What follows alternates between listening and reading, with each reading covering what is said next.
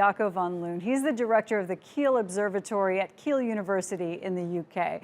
So tell us, Jaco, what is it about moon dust that is so dangerous compared to, say, the stuff we can never get rid of on our own end tables here on Earth?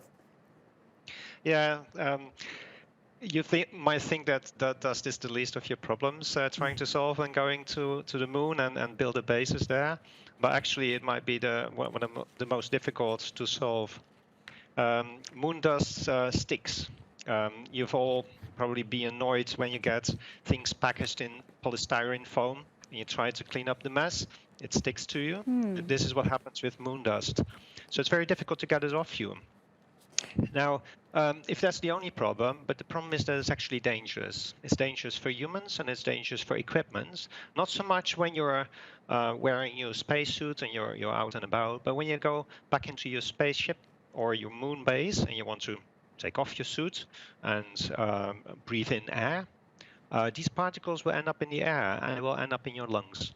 They will also end up in the equipment, and it can do a lot of damage.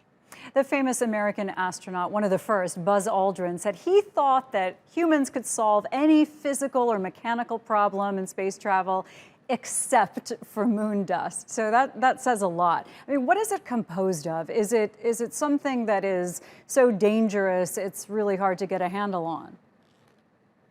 Yeah, so moon dust is formed by many impacts of small pieces of rock onto the moon surface. It creates very sharp edges. It's very small particles, but they're very sharp, like small shards of glass. And there's no process on the moon that would round them off, take away these edges. And it's a little bit like the same problem we have with asbestos, for instance, and cement. If you inhale that, you also have these very sharp bits that will damage the tissue in your lungs. That's the problem with the dust. And the reason it's so sticky is that it gets electrostatic, and that's the effect I described. So it sticks. It's difficult to get off you, out of you, etc. You know, sometimes, so it can be a very serious health hazard.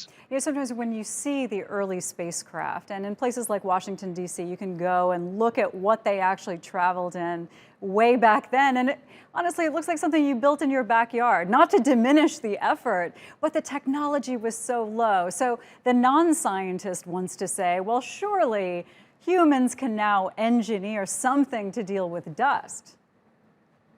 Yeah, hopefully, but the other problem with this dust is that it's very corrosive, as you have mentioned. The dust has been lying on the surface of the moon where there's no humidity, no air.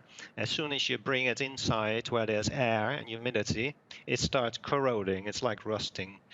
So it's very difficult to make sure that there's absolutely no moon dust entering your compartment, your spaceship, or your moon base. Now, yes, we might find solutions. For instance, the fact that it's electrostatically charged is a possible actually solution to get it off you and rid of you. But it's not a trivial problem, and perhaps it's a problem that's not been fully recognized, and so it's something that they take serious now and start working on. Well, anyone who's tried to deal with dust in their own home can maybe understand why even on the moon it's trouble. Thank you, Jaco.